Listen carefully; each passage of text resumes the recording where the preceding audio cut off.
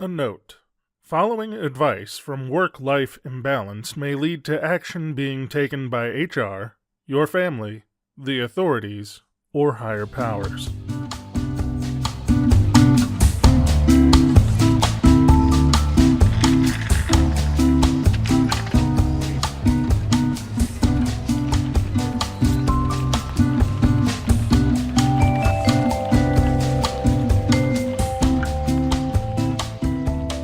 Welcome to Work-Life Imbalance, an advice show focusing on workplace and lifestyle issues. Any resemblance to actual advice, living or dead, or actual wisdom is purely coincidental. I'm your monstrous manager, Frank Eastman. And I'm your lovable office companion, Derek Lewis. Today, we'll be talking about working from home in the deep dive before we address some audience questions and issues from the internet. But first, The Daily Stand-Up. time for the daily stand-up. So, yesterday, Derek, I got Frank. sweaty, nasty, gross with a bunch of crusty old men So, regular Saturday night, it sounds like. and a surprising number of women.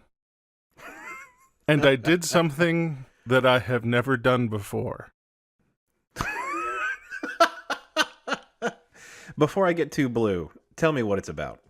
Physical labor, Derek. Physical labor. You're going to have to do better. I can still make something dirty out of that. I was a stagehand. Really? Well, that's Yes. cool as shit.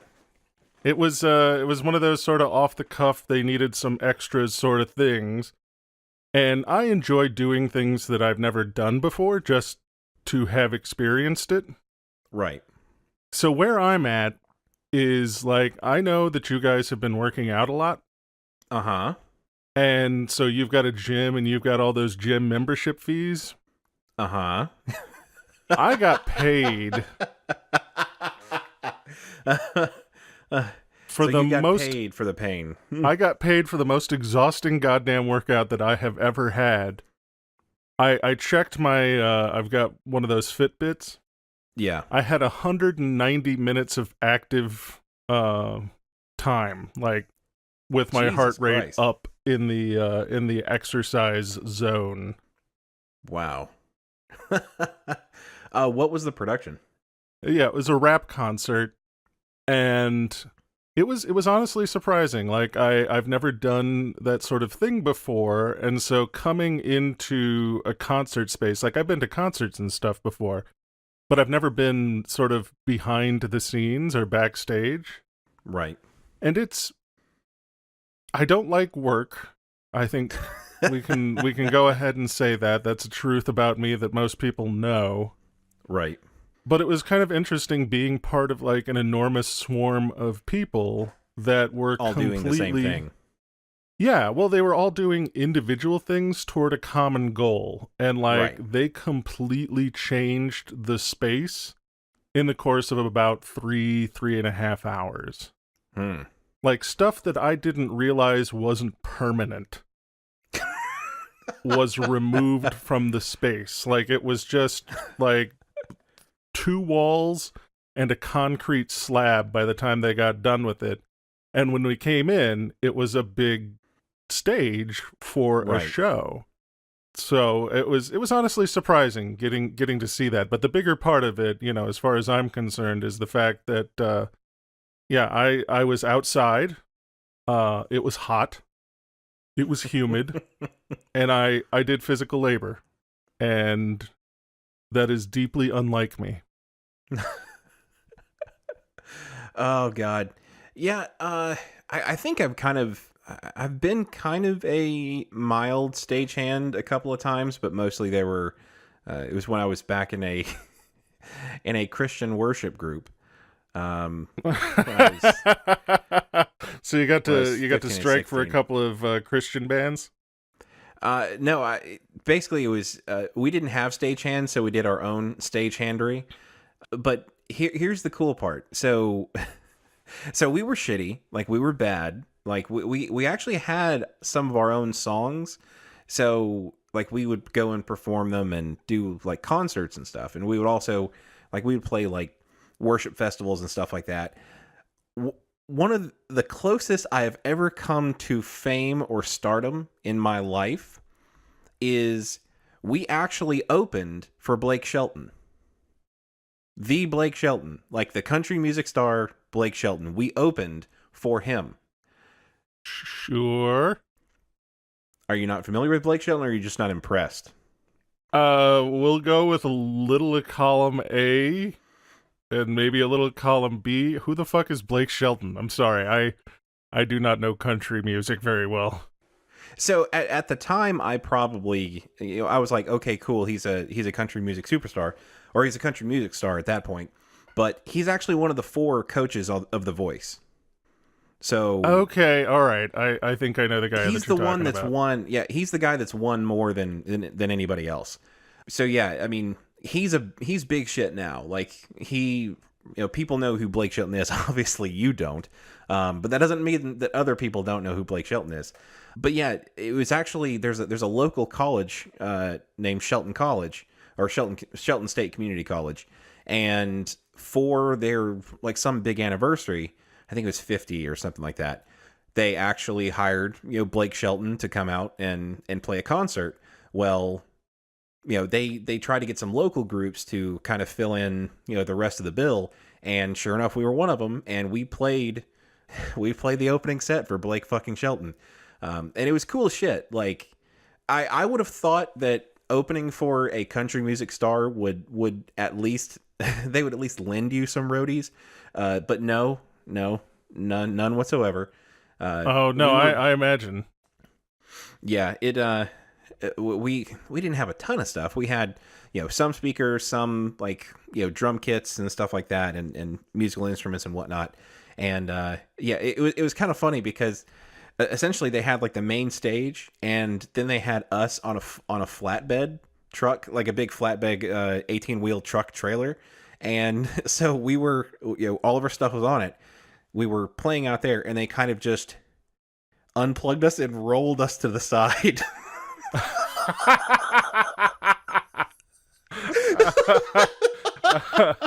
So you guys are done now. We're just gonna wheel you slowly off.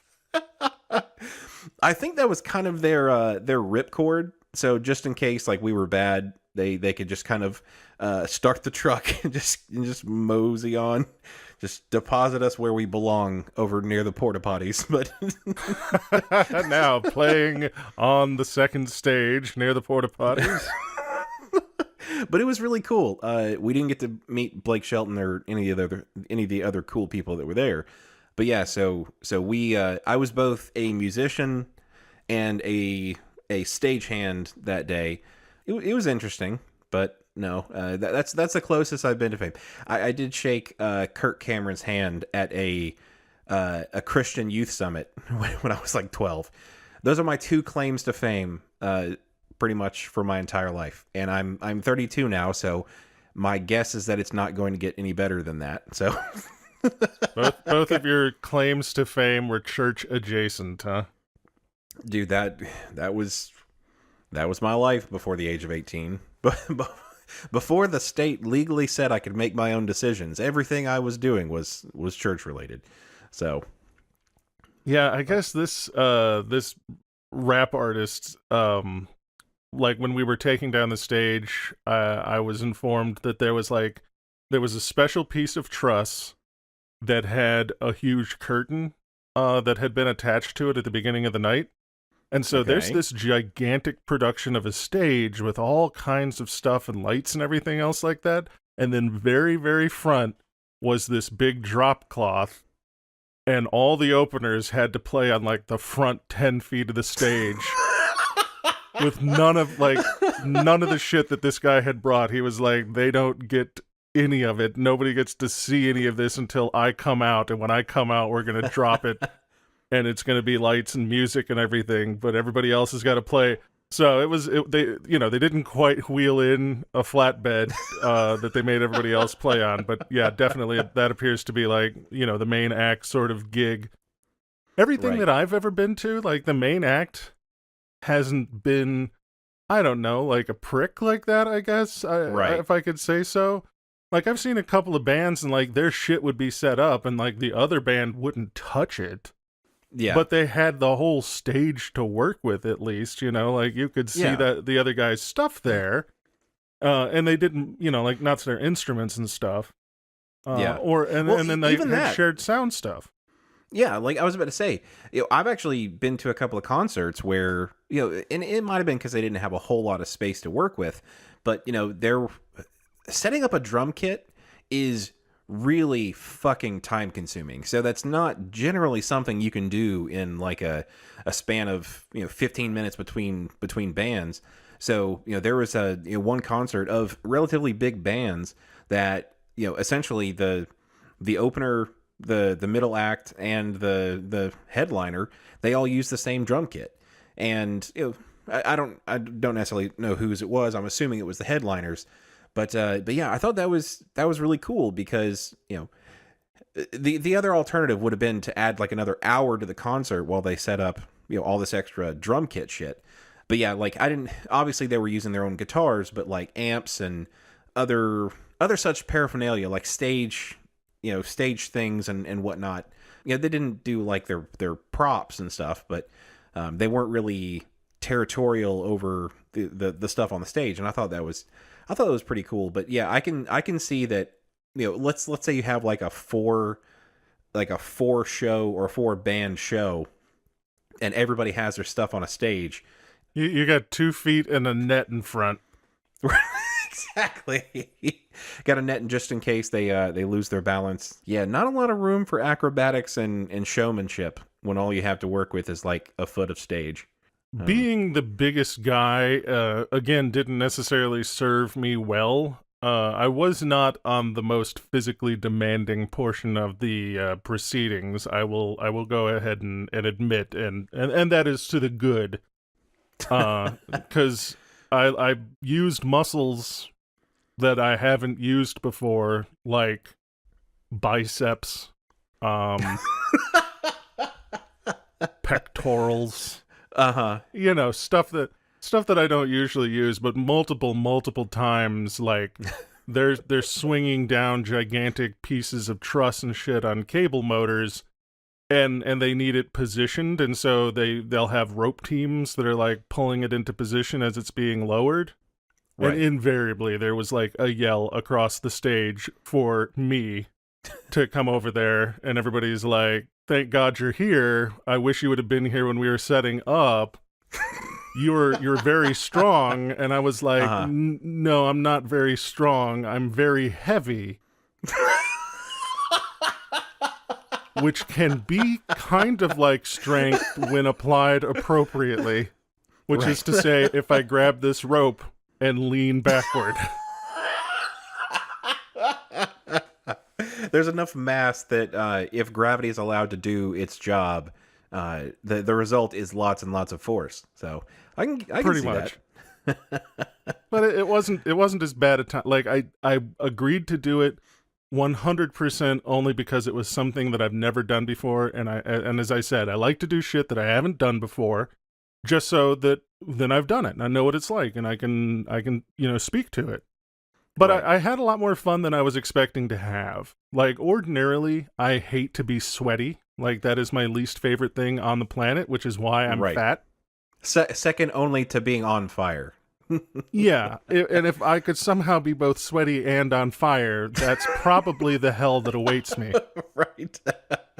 But like pizza and my lack of enjoying being sweaty are the 2 reasons that I'm fat. But I found that I don't necessarily, like, I didn't even notice exactly how drenched with liquid I was through most of the evening. Yeah. Just because I guess there was just a lot going on, and I was doing a lot of things, and very rapidly I was just like, "Yep, I'm a sweaty mess." But I'm guessing that a lot of other people were just straight up sweaty messes alongside you, so it's not like you were the only sweaty mess. Every single person, because it was like 85 and 100% humidity as per Right. every single hour in Alabama during the summer. Right.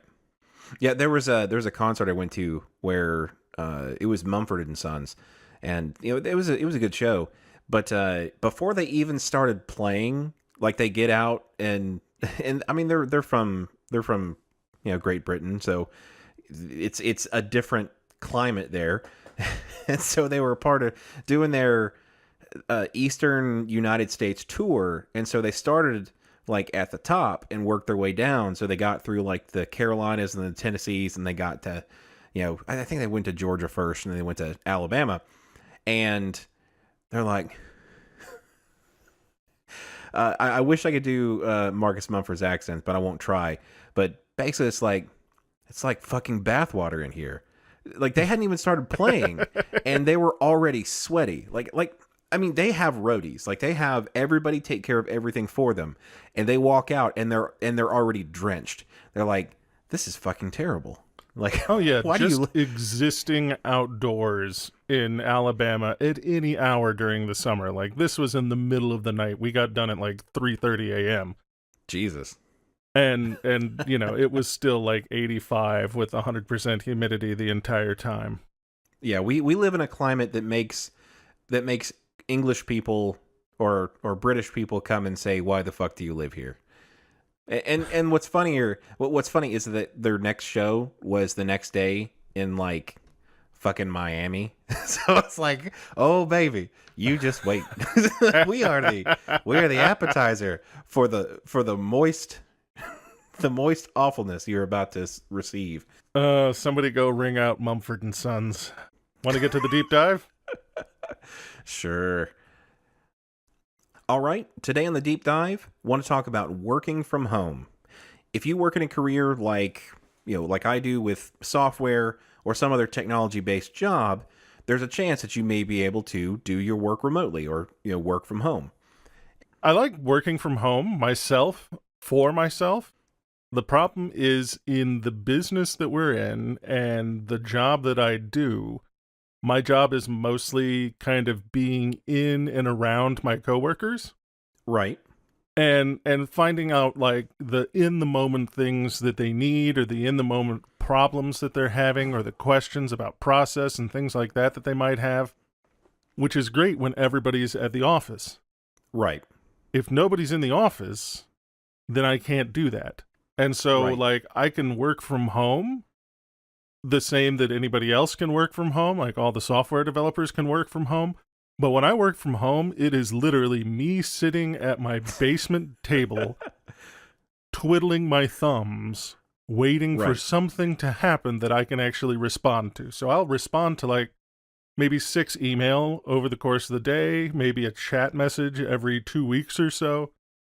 But for the actual working from home part, like I'm doing my job. I'm here to do my job. It's just my job does not lend itself quite as much as as software development does to working sort of by myself in a basement somewhere. Like mine is more of a social pursuit for all that I'm an antisocial person. Right. And see, that's what's kind of weird is that it's not like your folks can't contact you. Like it's not like you are unavailable or something like that. You are there, you are ready to have questions asked of you, to be interacted with and stamp out whatever fires you need to stamp out. But the thing is, those other guys, those software developers and whatnot, they're working from home too. And as funny as weird as it sounds, the effort it takes to open a chat window is sometimes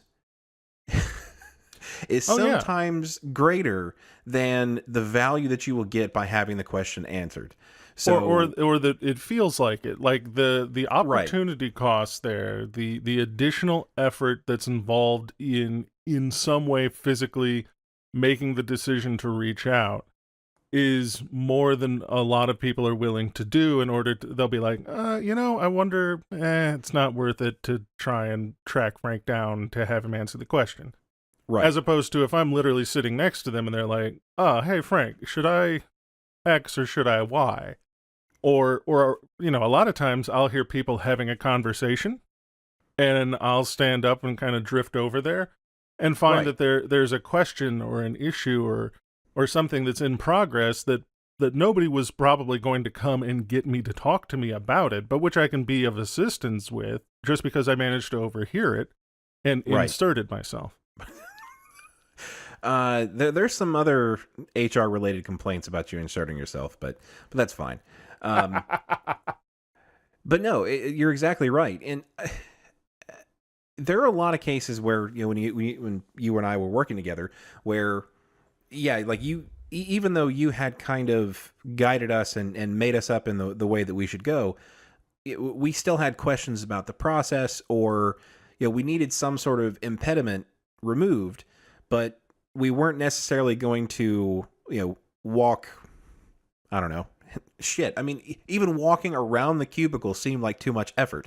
But I guess what I'm trying to say is that's what I like about the collaborative workspace. And I don't know if we've covered this or if we'll cover it later, but part of the qualities of the collaborative workspace, of having more open environments, lower walls, less general noise reduction. Like, you still have like some white noise and things like that, but you don't have physical walls blocking and providing too much privacy. Part of the good qualities of that is that essentially, if somebody is having a conversation, or if somebody wants to just kind of like from their desk, like just kind of yell over the cubicle wall, it doesn't really take a whole lot of volume for it to be heard elsewhere. So if I know a lot of times whenever I was sitting there, maybe I was typing up an email or thinking about what way do we need to solve this, or who can we get to solve this problem, I'd literally just like kind of tilt my head like 10 degrees up and be like, hey, Frank, can you get a hold of so-and-so to see if they can help us with this problem? Whereas if I was working from home, I do feel like I would kind of I probably would have just winged it myself. Like, oh yeah, I think he can probably do this. And, just kind of send the email without asking. But yeah, it's kind of weird that, that just not having to get up from my seat makes it much more likely that I will be collaborative. I think that is the full stop statement I am prepared to make. The extra laziness. And I know for some people, like, we have a lot of, in my office, there's a lot of scheduled work from home times. But Right. what you'll see is that people who are single, who are on the younger end of the spectrum, often are the ones that are the hottest to work from home. Absolutely. The folks that have like kids, they're usually like, it's a work from home day. It's an official work from home day, and they're still at their desk because Right. they know that the place that they can actually get work done is going to be in the office, as opposed to at home with, their kids drifting in every 15 minutes or so. Yeah, and for the most part, for a lot of people, home is where the responsibilities live. Like, the stuff that I do at work, it's work, but I'm getting paid to do it.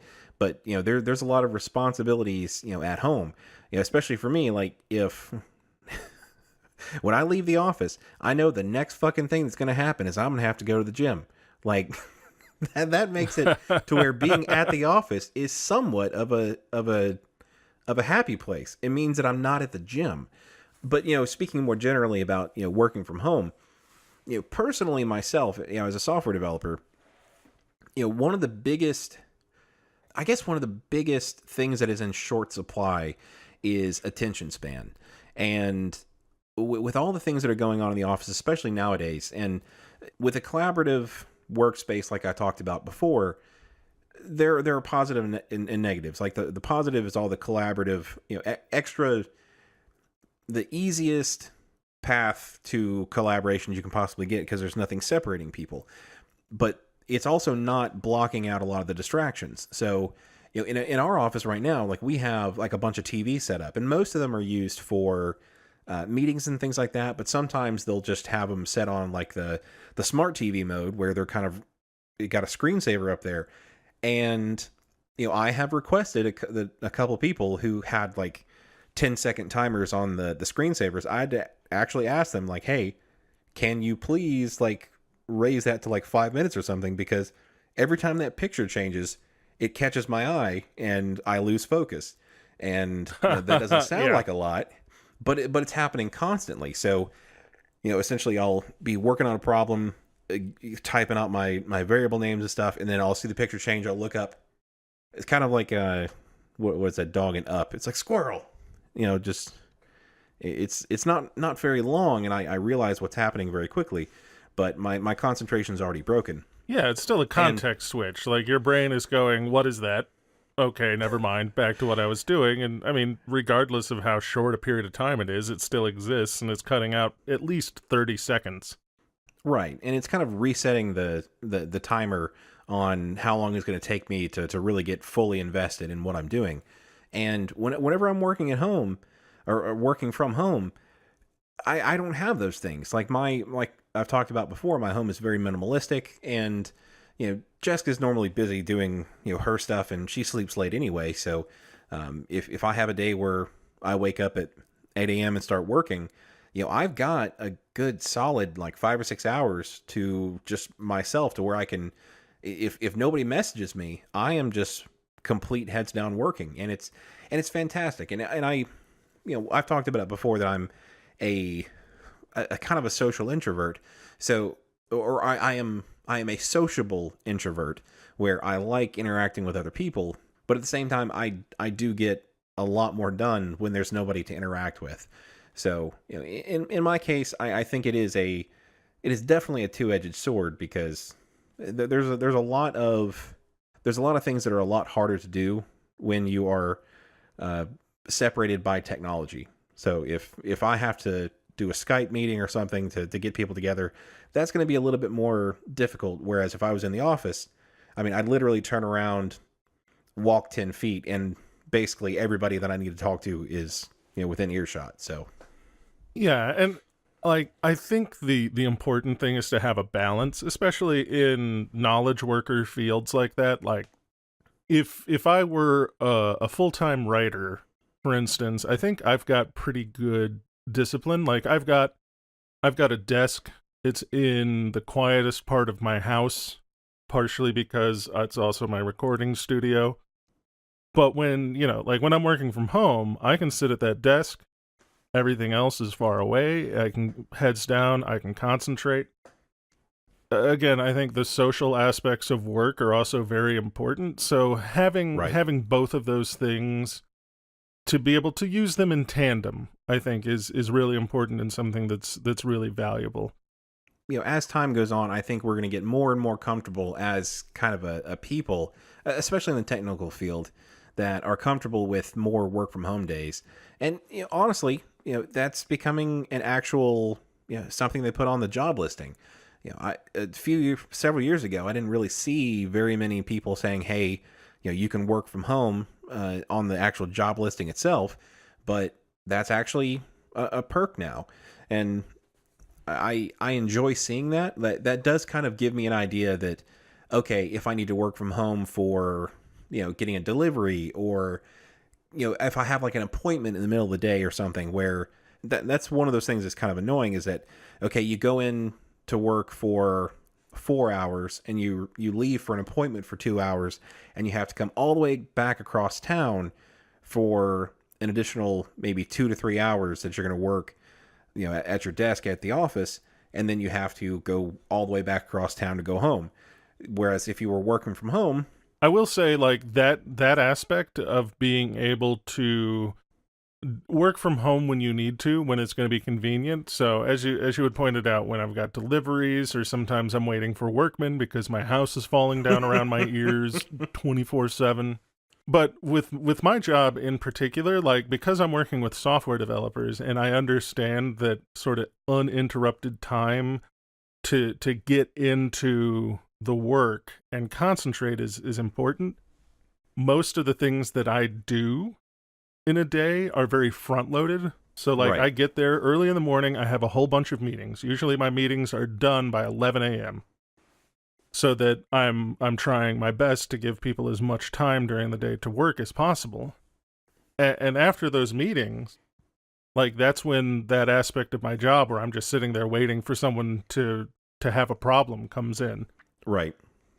And so those opportunities present themselves fairly well for me to work from home. So as you said, like, if I've got an errand I need to run or something like that, and it's on the opposite end of town, I can go ahead, head back home instead of driving all the way to the office. Right, because all your front-loaded responsibilities are mostly done anyway, so yeah, Right. that makes sense. And you know, I might miss out on a couple of those opportunities to inject myself into a conversation, but I'm still able to field email, field chat, stuff like that.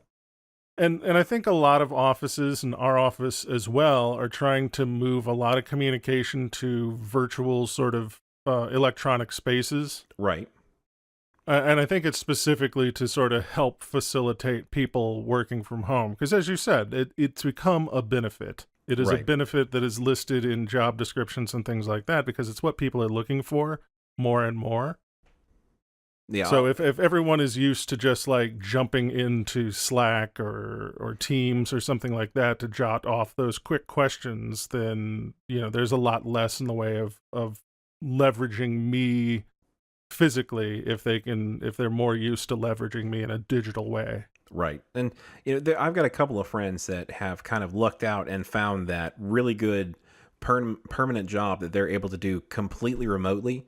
And in some cases, it's from people they're down here in the South and they're working for companies like in the Northwest or the Northeast they're far too far away for them to actually commute, and they have no interest in relocating. So they're working 15 hours away from, maybe not quite that far. I'm trying to think. Yeah, there are multiple places that are 15 hours away. Yeah, I don't know why the fuck I just thought that. Like, for some reason, my brain was just like, wait a minute. Is the country that big? Nowhere could possibly be 15 hours away. No, we're not in Great Britain. There are many places that are that far away. By car? Yeah, definitely. There are places in this country that are that far away by fucking plane, given layovers and having to get anal probed and everything else like that going through the fucking airport. Right, but yeah, I've had a couple of friends that have scored those really good remote jobs, and of course they miss some of that camaraderie that you get from the physical presence by being around your coworkers. But the extra benefit of being able to essentially, in a lot of cases, work from just completely from home, never having to be in the office. Like I said, I'm social, but I think that I could get over it for the ability to basically have my home be my permanent office. But I mean, I guess I can see the problem of, okay, at least with having to go into the office when I come home, like I know that I'm no longer at work. I've heard a couple of people say that that's kind of a problem, where if you work at home, then how do you separate being at home and at work and at home and off the clock? So that might be a slight complication from that, but yeah, that's definitely something that takes a particular kind of discipline. But I will say, it's a discipline that I would be willing to learn. that was kind of going to be my next comment, is that is something that I could possibly learn. I guess You know what? We should discuss it in accounting. That sounds good.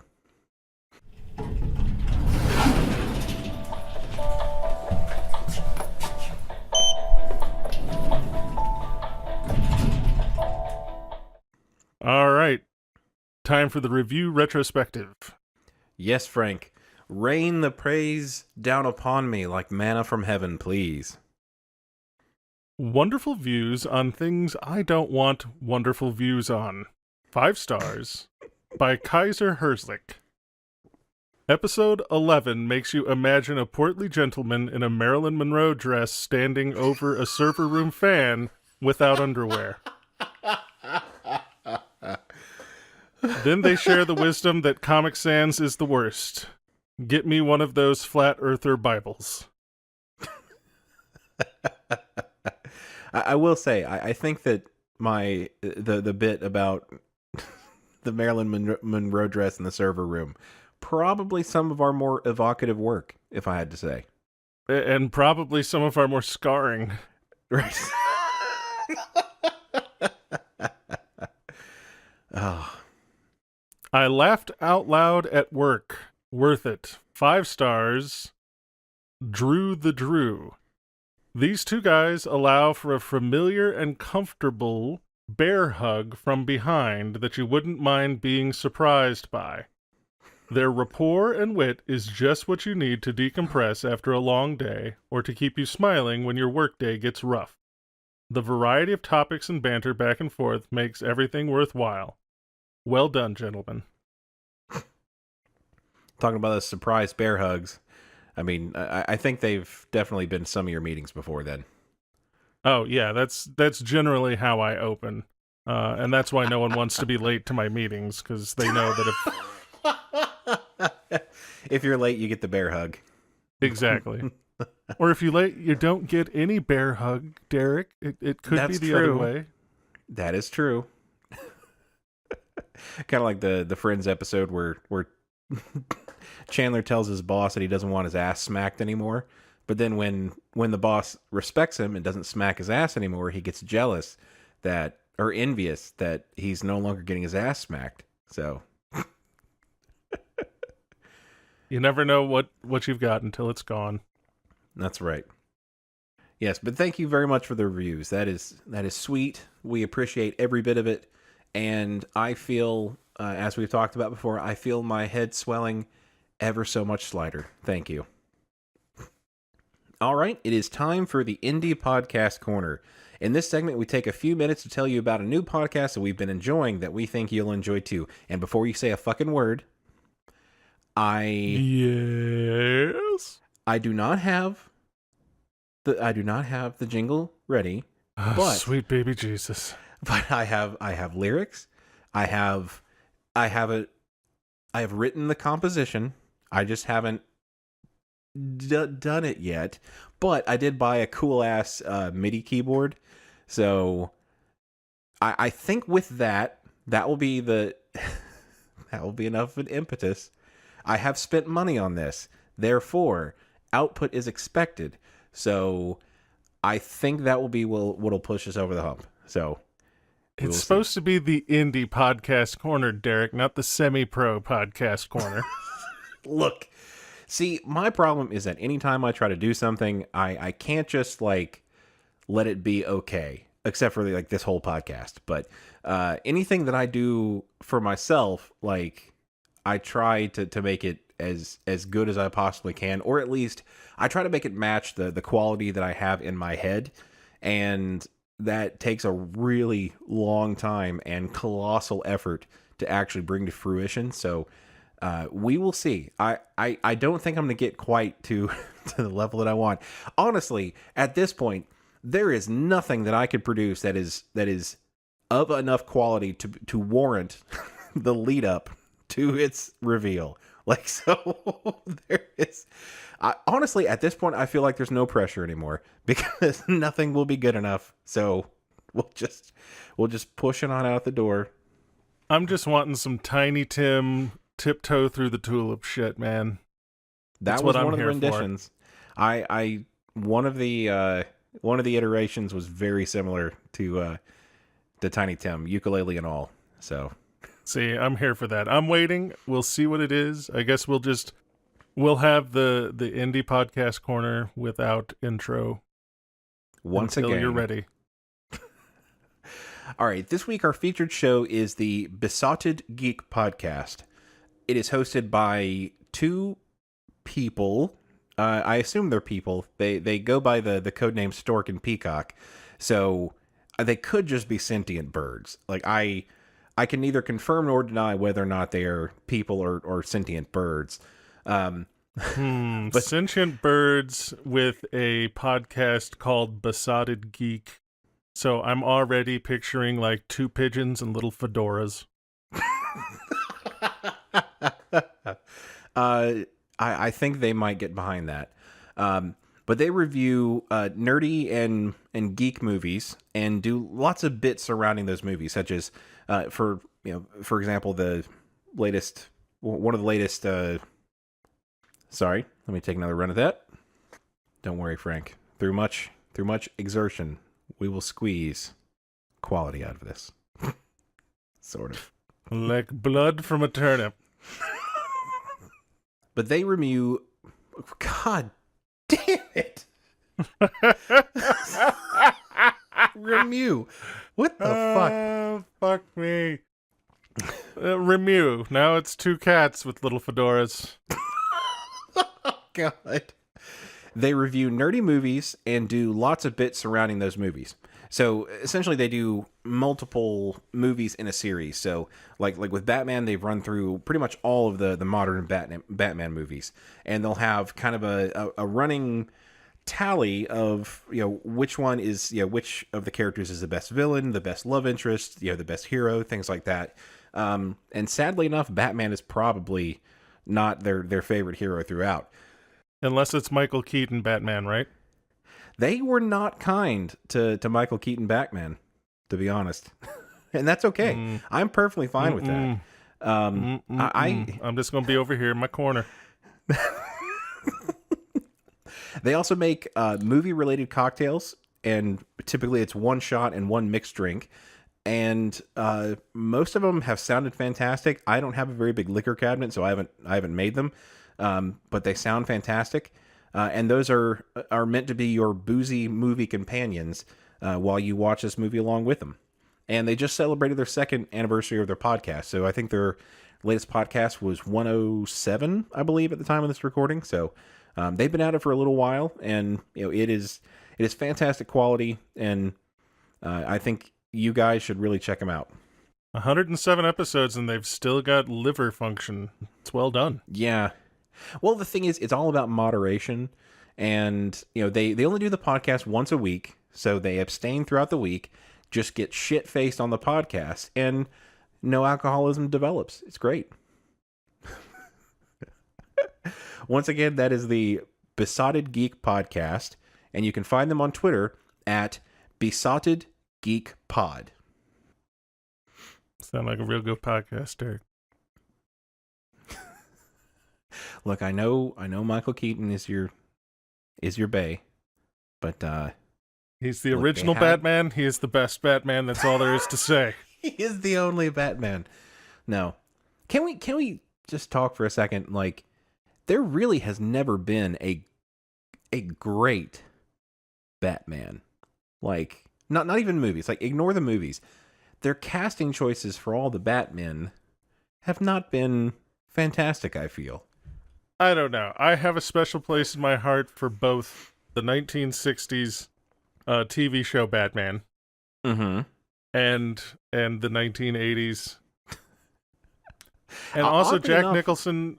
Jack Nicholson is unfortunately ever so slightly beat out by Heath Ledger in terms of Jokerdom, but it's two completely different Jokers. And I do think that the Joker that Jack Nicholson was doing, the Tim Burton Joker, was pristine. I agree.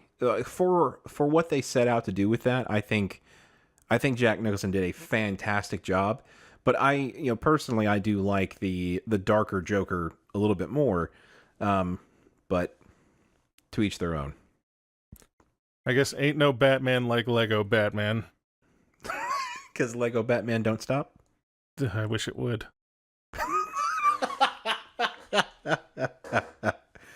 Hello, everybody. This is Jason. And Aaron.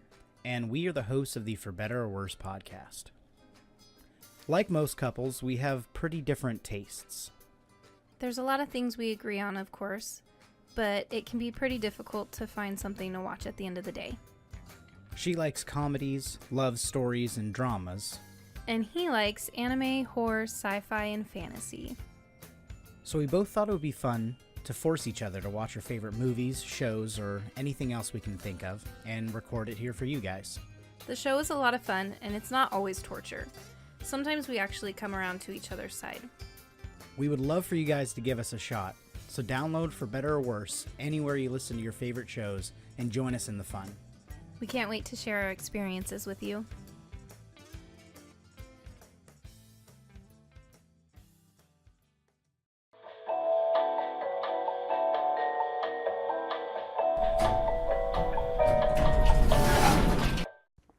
All right, you want to hit me with a question from the audience? Let's do an audience question. How do you get an overachieving know-it-all to say, I was wrong? Always excuses. Come on, say it. say you're wrong. It's been 2 years in the making, and I can't make it happen. Sent in by Offices Are Dumb in Ohio. I'm worried that you actually made this question up so that you could out me on the podcast for not admitting I was wrong about something. Would I do that, Derek? Yeah, I would do that, but in this I was about to instance, say, I yeah. didn't do that. Right. I have in the past been called a know-it-all, but the thing is, it's not because I have to be right. It's just I have to know the right answer to most things. So, if somebody calls me out and questions something that, that I said, I'll be like, okay, I think that I'm right and you're wrong, but let's go to Google. And, Google has been both a boon and a bane for the entirety of its existence, because it has informed me of a lot of things. Like, whether I'm right or wrong, it's either proven or disproven that. And, you get to learn some stuff. And I feel that I grow as a person, and my brain gets a little bit smarter, and that's cool.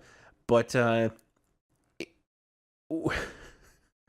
did you know that when somebody gives you a fact and then you look it up on Google to verify its authenticity, that makes you an asshole?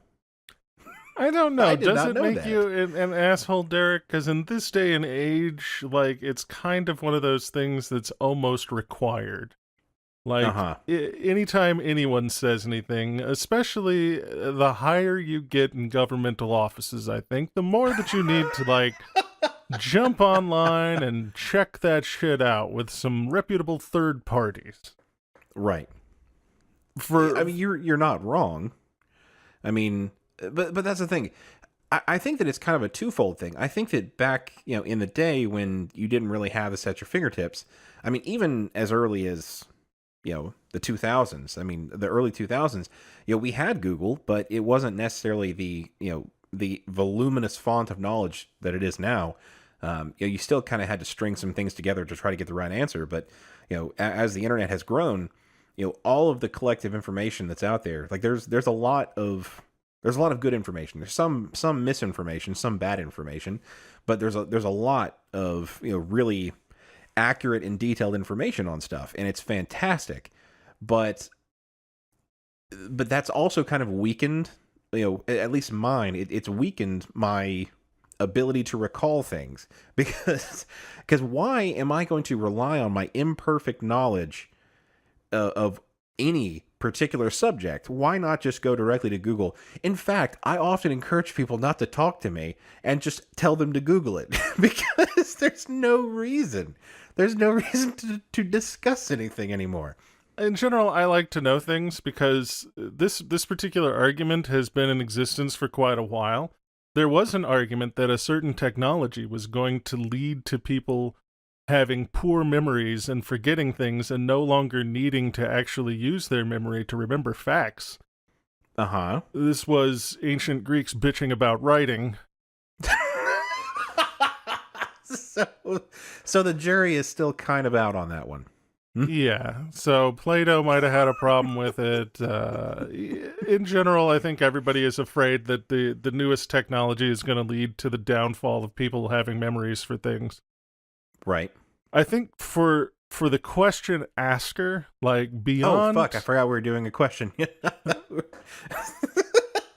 Beyond the ability to go Google it, I think they just have to do, like, they already put it in their question. Like, the answer to their question is there.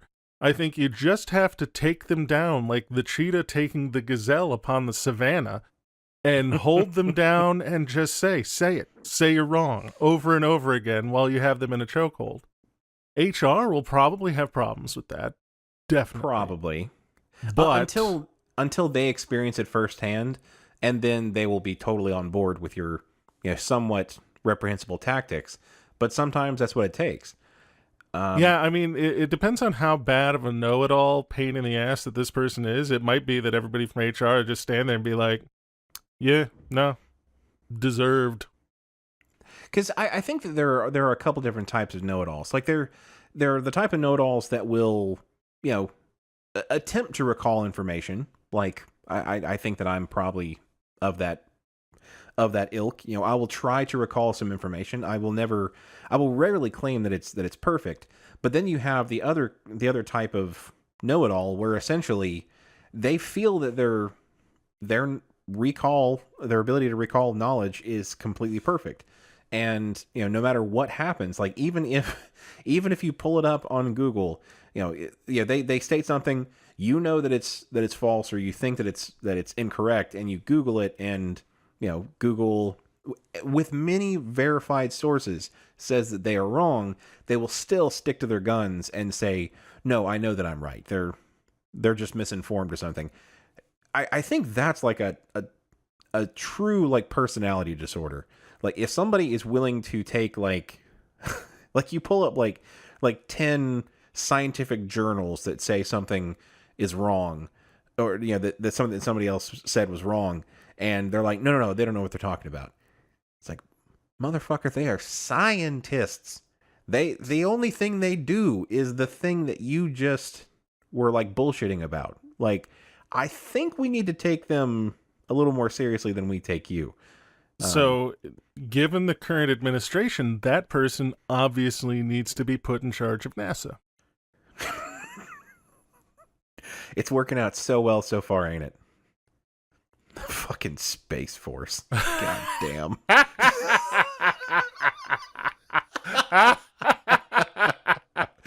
Come on, Derek. We can't get, like, we were all 6 once. Right. The only positive thing about all that is that I'm hoping that eventually we get to the point where we have like the Terran military like they have in StarCraft. Like some of that kind of shit would be cool to see in my lifetime, but just like shooting Marines in spacesuits into the atmosphere, like that doesn't seem like the proper way to do it. But what the fuck do I know? I mean, there was that flat Earth asshole who built himself a rocket to prove that the Earth was flat. So I could totally see them just shooting fucking Marines into low Earth orbit to be like, yep, we've got a space force. Oh god, yeah. They just launch them into low Earth orbit, and it's like oh, nothing's gonna happen in space because we have our military force like circling the planet with guns and stuff. That makes us safe in space. But you gotta wonder, like, that'd be kind of tough. That'd be a tough gig to withstand, because I mean, fuck, what kind of food could they send with you and to keep you fed in low Earth orbit? All I gotta say is they're probably not gonna get any complaints.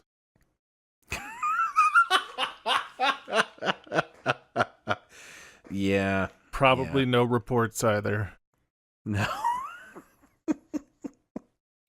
Yeah. Something tells me it wouldn't. But no, okay. So if you've got somebody in the office that is just an out and out like complete bullshitter, like not necessarily a liar, but because liars are a whole different other animal. Like people who are just spouting things they know are false, like that's a different problem.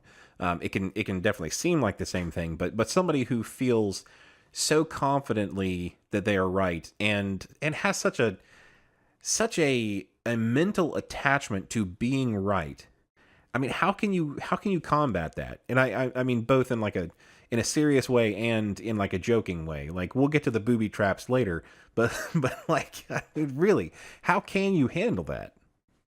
From a serious standpoint, the problem is you honestly can't, because psychologically, when people are wrong and they are provided with facts that prove that they are wrong, they're actually more likely to dig in and entrench on their wrong assumption. Right, just completely double down.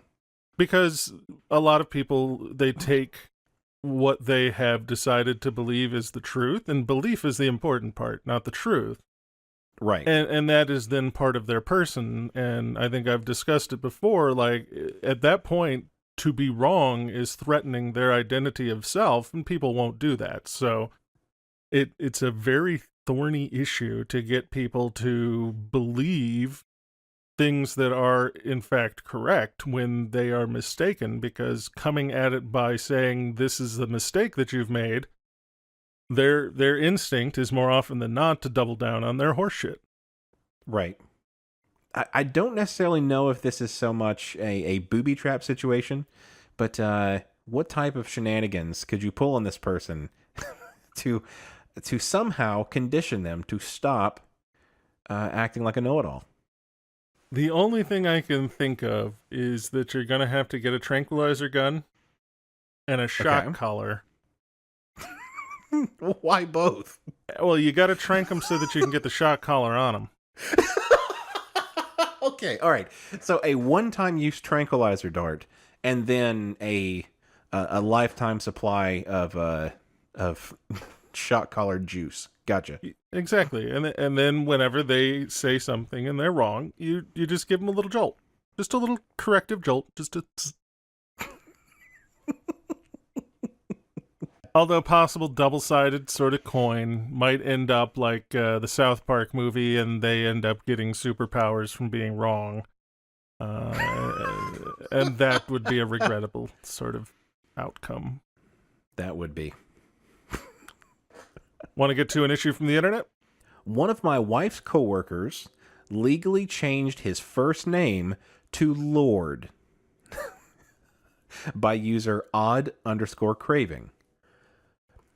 Although he's worked for this company for 8 years, he now prefers all of the employees and management to call him Lord. And that's it. That's the whole issue. Somebody who already worked in an office, had been there for a while, decided to up and change his first name to a royal title. I hate to plant ideas in your head, Frank, but this certainly seems like something you might have an affinity for. I mean, I'm already a Scrum master, so I think I'm pretty good on that front. Now, is it... I guess it's Lord, but wasn't there that singer from Great Britain, Lords?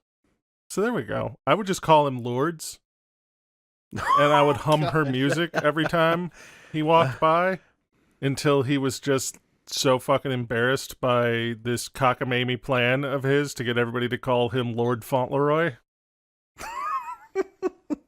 that he just abandoned it entirely. You actually, that's a pretty entertaining way to deal with it, because, you know, you just basically play all of Lord's music as kind of like an intro music, you know, walking around music, you know, just kind of like a musical backdrop 24/7. And just like the rest of the world has done pretty much, most of the songs that you hear, you will get very tired of. And you know, I think they will just eventually drop the moniker. I'm trying to find some way to, like, empathize with this person. Like, did they just want to be, like, a knight or a, you know, some sort of royal landholder, and was like, you know what?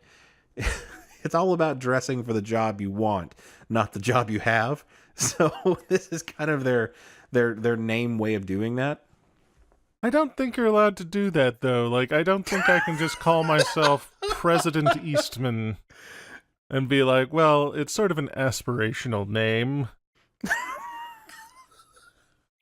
I mean, Frank, you're saying that, but I'm not sure you're right. Like, I guess, I mean, somebody has to have tried it. So if we were to do like we were talking about in the previous question from the audience, and were to Google it, maybe we would get our answer.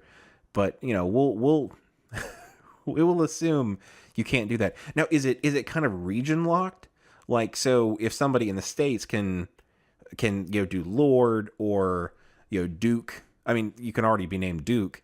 You know, Duchess. You know, Earl. Is Earl, exactly.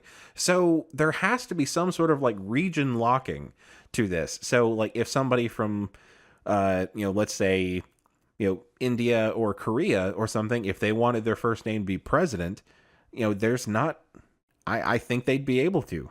I mean, obviously, given the whatever laws they have over there, but yeah. Well, president being English, they've got their own elected officials and everything, and I don't know that the Korean word for president is president. I don't know enough about Korean to tell. I think we should just open the floor to it. Like, I think we should just go ahead and lean into it. Like, this guy has decided that he's Lord. You could change your first name to Archbishop. Somebody else could change their name to Baron. There's a lot of barons out there, though. So yeah, and I've known somebody named Baron before, but I guess I guess the person I'm thinking of, their last name was Baron. So if they named themselves, their first name Baron, they would be Baron. And then if they were to become a Baron, then they would be Baron. Or just Baron, to be proper about it. But see, then you wouldn't know which one they're referring to. And even if you spell it, it's still the same. So I think there's a bit of confusion there. We're all about dispelling ambiguity. They might move up, become Duke Baron.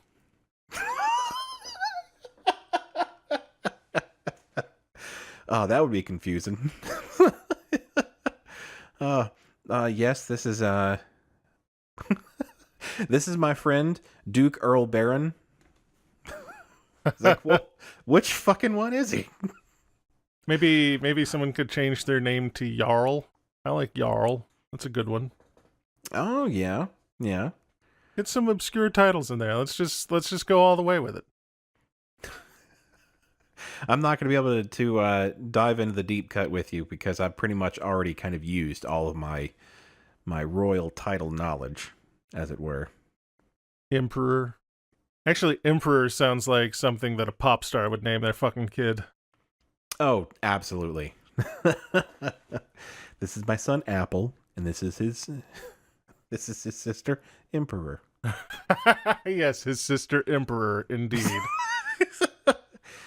Oh, God. It's like, I guess when you have all the money in the world, you just start naming shit weird stuff. Like, that's the last pastime. I think I would probably just start, like, calling this guy by variations of Lord. Just to fuck with him. Just to take the piss out of him for having done it. Like, I'd call him Lard. Lourdes. Yeah. Oh, okay. Honestly, I think Lard is the clear winner here. You have to start. No. You hire an Irish person with a very strong Irish accent, and so whenever they address him, it's like, "Oh, hi, Lard." There we go. Just pretend that you're Irish. Call him Lard until it sticks. Everyone's like, Lard. And he's like, no, it's Lord. And it's like, yeah, that's what we said, Lard. Oh, praise the Lord. Oh, God. See, but that, that's the kind of reason that I picked this, because it's not something. I mean, it's not. There's not a whole lot of intricacy here. It's just the concept of somebody. I mean, you can just paint yourself a mental picture of this person that it's one of two things. Either it's somebody who is like so high and mighty that they fancy themselves a lord, or it's somebody that is like has been so down, so trodden upon by the rest of society that they thought the only way to keep some semblance of dignity is to give themselves, a dignitary title. Like, it's one of those two things, and neither one is a healthy situation. Like, that seems like a red flag. Like, if somebody... if I have to wear a hat that's like, I'm a very important person, then there's a clear giveaway that you are not. a very important person. Typically speaking, I think. I don't know. Praise the Lord and punch the clock.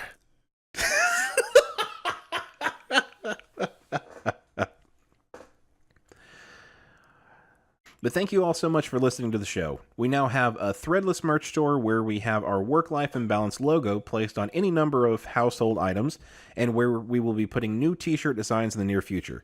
You can find it at worklifeimbalance.threadless.com.